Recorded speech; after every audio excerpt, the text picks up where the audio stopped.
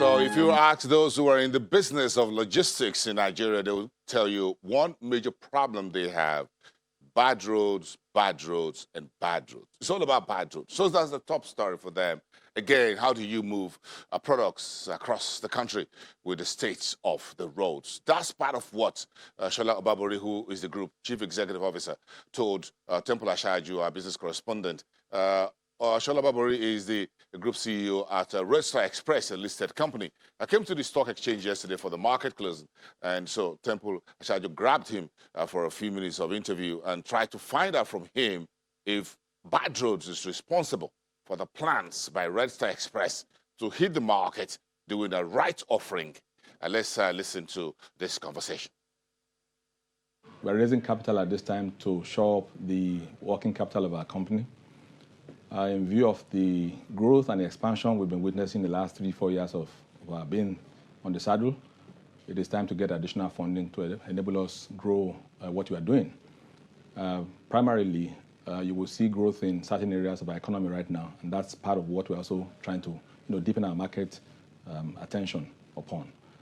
For example, you will see that a lot of income is coming from the agricultural space of late because Nigeria is beginning to go back to the farms, and a lot of work is going on in that arena. Of course, the meaning of that is that require additional resources such as trucks and cold chain facility to be able to help those who are producing, and so that they can add value to what they're doing and take it to the market for them to be able to create additional trade value. And that's why we're investing in some of those areas. Primarily, again, because of the disruption that is happening globally, as you can see. As a matter of fact, some of the disruptions we're witnessing are coming more from our industry, as you will observe.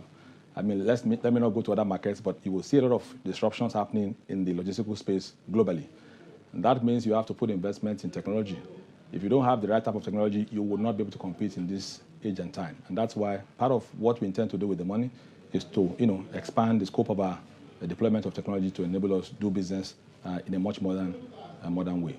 In addition to that, we have to build facilities around the country in terms of warehouses to enable us do cold chain, to enable us do cargo storage for customers who have to move things from one point to another. And that's why we're looking for this additional funding to enable us to do what we're doing. Speaking directly about the capital raise itself, we're raising roughly about 1.4 billion naira. And of course, for every 7 shares that we hold, we're entitled to 4 by way of right. And that's why, of course, we had to come to the stock exchange today to get the market to be aware.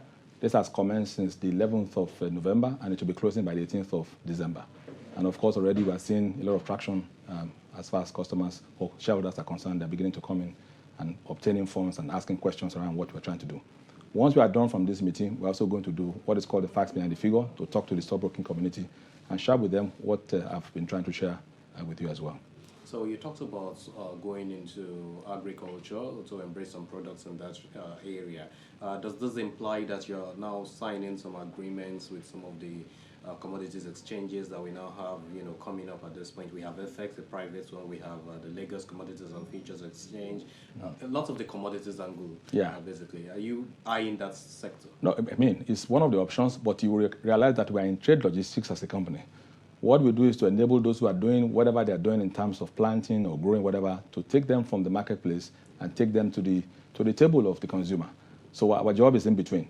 You do your growing. I'm not going to go to the farm to do the growing, but my job is to take you from the farm and take it to the table for you. So all of the processes and interventions required in that ecosystem that have to do with movement of goods and services, that's the area that we play. How lucrative do you really see that opportunity enough to contribute to your top line and bottom line? Oh, without any doubt. I mean, that will bring a lot because the focus of the Nigerian entity right now is also in that direction. All manner of funds are available in the country now to help those who are doing planting, those who are growing all manner of products. As a matter of fact, you will observe in the last couple of weeks that the borders have been closed. The meaning of that is that many people have had to go back to the farm now. And of course, whatever they grow has to come to the table. There are arguments as to whether the rice that is produced in Nigeria is sufficient or not, but will be proved in the course of time. Because you will see that thousands of hectares are now being cultivated to ensure that people can produce and then they can bring them to the farm. Who's going to be ready to do that for these farmers? We are positioning in that arena to ensure that we can provide cold chain facilities, to provide the trucks that are required, to move the equipment from one point to another, and that's primarily part of what we are doing in that arena. And then you move again to the e-commerce space, which is, of course, where most of the disruptions also are happening now.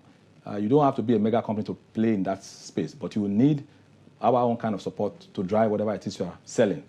Globally, you will see the effects and the impact of all of this subsector in terms of what they're contributing to the global economy. We can't afford not to play big in that arena. And that's why we're also buying resources to support that industry. As a matter of fact, most of those who do trading right now in that arena have to rely on people like us to carry whatever it is they're trading to the final consumer. And those are areas of investment that we're dealing with, in addition to many other things we're doing in the aviation sector right now. So it's a bucket of all manner of investments that we're trying to do, depending on which of them will give us the most in terms of return on investment. On a final note, if I ask you about the constraints that you're experiencing in this industry, you first on your mind, I'm sure, will be the bad roads. How are you grappling with that? Bad roads, I mean, there are debates going on in Nigeria whether the roads are really bad as they are or as they are being painted. But the truth of the matter is that there's a lot of improvement going on.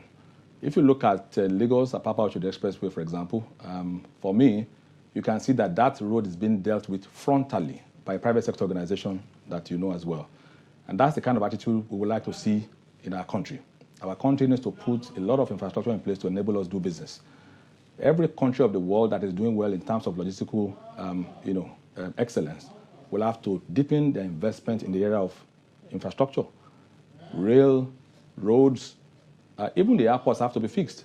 And that's why what government is doing right now, I think, is a step in the right direction. There should be more public-private participation in that arena to ensure that people can, support the government, bring in more funds from abroad to enable us do, better in the area of infrastructure development. And once that is solved to a large extent, the entrepreneurs have their own role, which is to ensure that they can invest and ensure that there is safety and protection for their investment. So if you take that away, you worry about the issue of security in some part of Nigeria. But generally speaking, infrastructure is one, security of lives and property is another, and thirdly would be something around institutional framework that helps us to work properly in the ports. For example, at the airport, you will see that there are all manner of people who have to do all kinds of things that despite the, the order, executive order given by the government that some of these fellows should move from the airport, that's not happening, especially on the cargo side.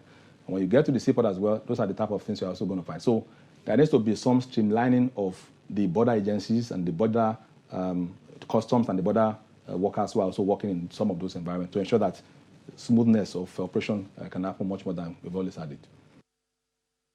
Shola Obabori, the CEO, the group CEO at Red Star Express PLC. But let's drill down a little bit further. And Temple Ashaju did that with the Chief Operating Officer of GIG Logistics, Ayo Adenike, around when you were around the issue of logistics, in particular, what you call the last mile. How do they cope with the state of the roads when it comes to delivering to the demand at the end of the e-commerce value chain? Let's take a listen to this. It's been quite challenging because from the beginning of the year, we have been working very hard to push out a product that will revolutionize the last mile delivery in Nigeria, which we just launched recently. And then on the business side, it's been quite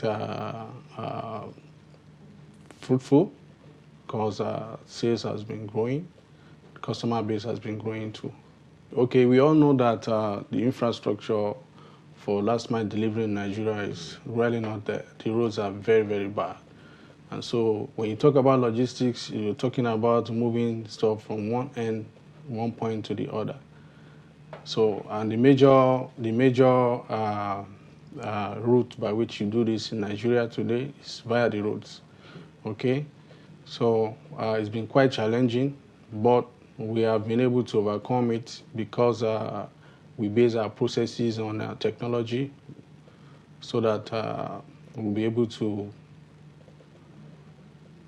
deliver the right quality of service to our customers.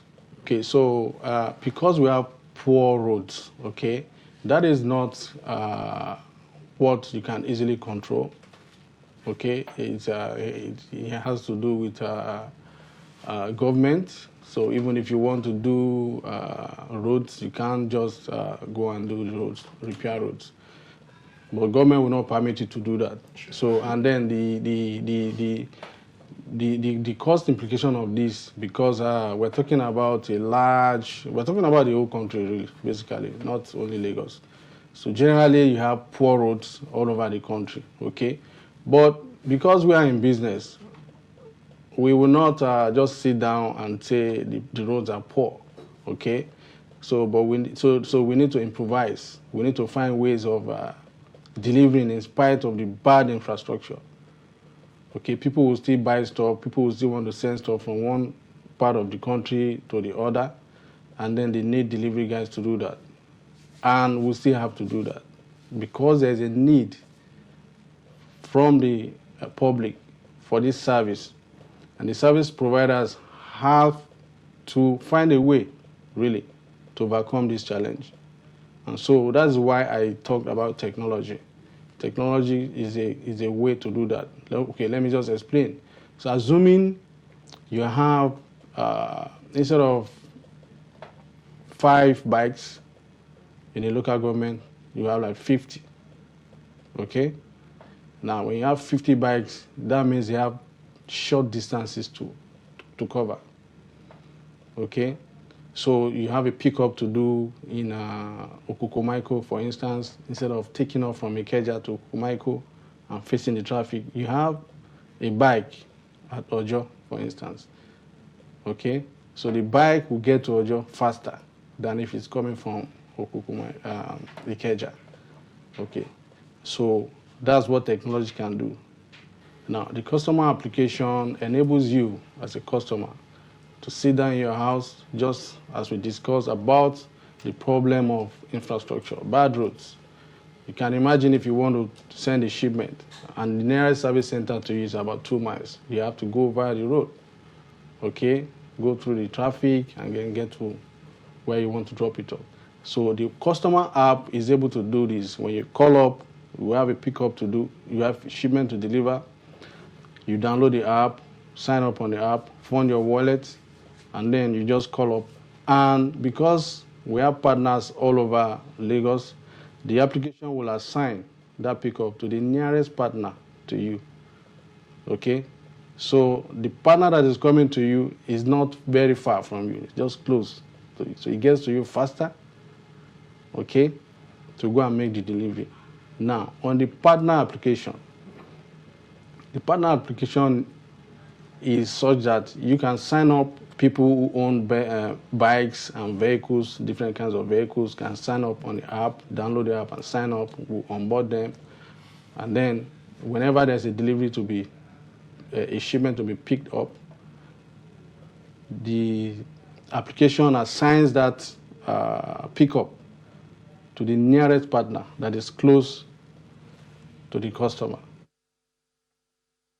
Ayo Adenaike, the Chief Operating Officer at GIG Logistics, outlining some of the key challenges of bad roads in Nigeria to courier companies and logistics operators.